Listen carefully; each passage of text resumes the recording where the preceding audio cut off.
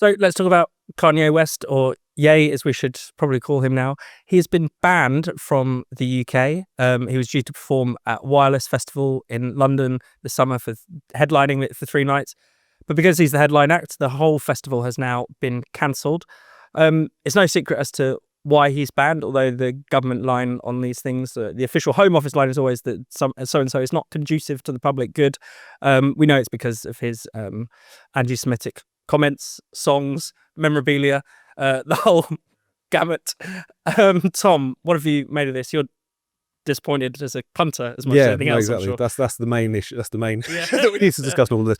But no, I mean, the whole Kanye West, the Nazification of Kanye West is fascinating as far as what if one of the biggest stars in the world, arguably the most significant pop cultural figure of his generation of the 21st century, went around saying, I am a Nazi, went around making songs called Heil Hitler, went around selling T-shirts with swastikas on them. I mean, and that has just been playing out across, various cancellation campaigns, various attempts to debank him, and various attempts to ban him from playing in different countries.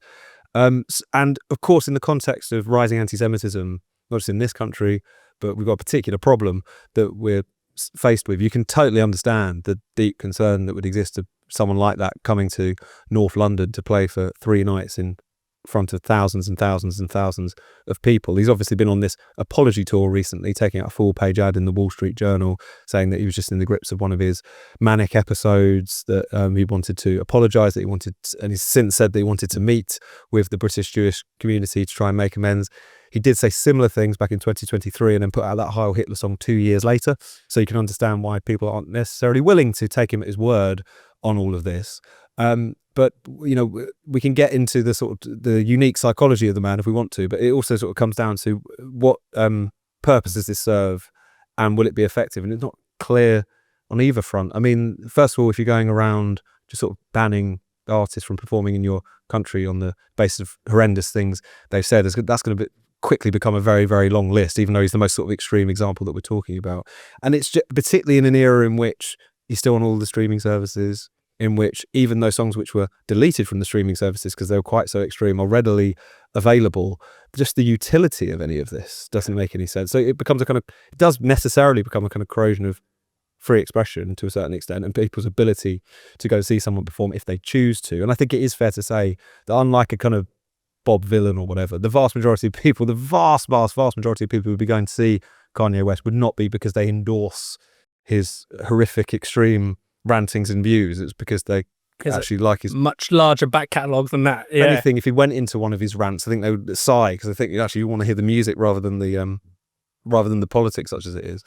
But yeah, what purpose does it serve? It's not immediately obvious. And also, I think there's the extent to which it just becomes sort of symbolic, and you could say that's useful in a sense. Obviously, there's been various Jewish organisations which have been calling for this, would feel neglected if such a light touch was given to a figure like Kanye West. Meanwhile, you can get cancelled and even blocked from coming to the country for saying a hell of a lot less, if we're being perfectly frank. If you look at the list of people who have had visas removed of late, at the same time, it becomes a little bit like a sort of displacement activity. The Labour government being seemingly either unwilling or unable to tackle where anti-Semitism is genuinely coming from in this country, which seems to be a kind of heady mixture of sort of Islamist, Muslim sectarianism, as well as a smattering of kind of progressive, useful idiot anti-Semitism as well.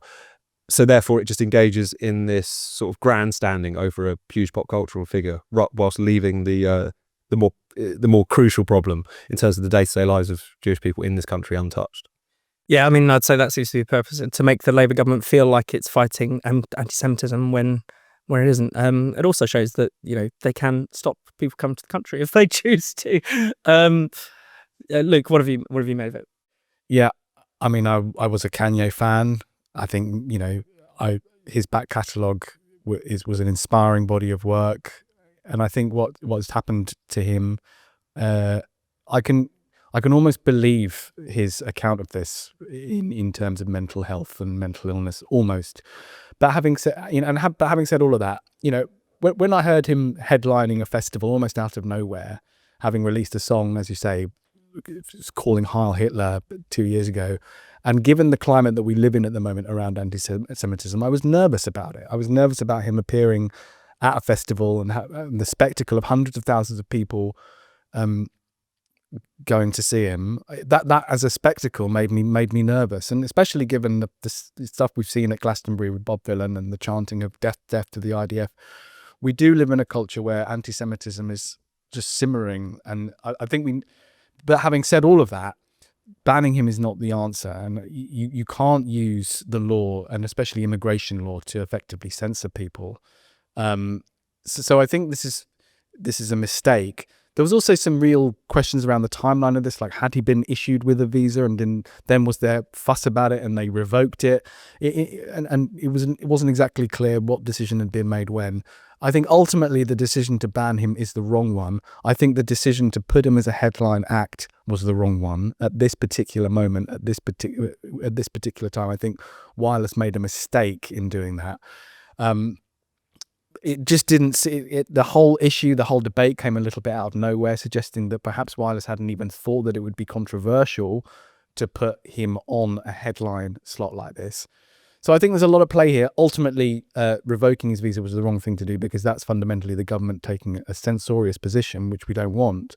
But I think we need to understand, putting him as a headline act at a major festival made me feel a little bit nervous, and I don't think I was alone in that. I also, and of course, it goes without saying that the grandstanding from the Labour front bench around anti-Semitism, he is an easy target for them. Because he is so warped, his position has been so open and so explicit. He's an easy target for their for their legislation and for their steps and their measures, whilst letting anti-Semitism be openly flaunted on the streets of London every week at the pro-Palestinian demos. The Labour front bench just singularly failed to take anti-Semitism seriously in any area of public life where it exhibits itself, and so to identify this on the point on which they're going to make a grandstand, I agree, is hypocritical. Yeah, and there have been great artists in the past who've sort of dabbled in this kind of Nazi chic in a way. David Bowie famously said, the UK needs a spell of fascism. Sex Pistols would dance around with swastikas. I know the context. I read this, but I didn't know this, but Keith Moon, the drummer from The Who, drove around Golders Green in an SS uniform in an open-top car.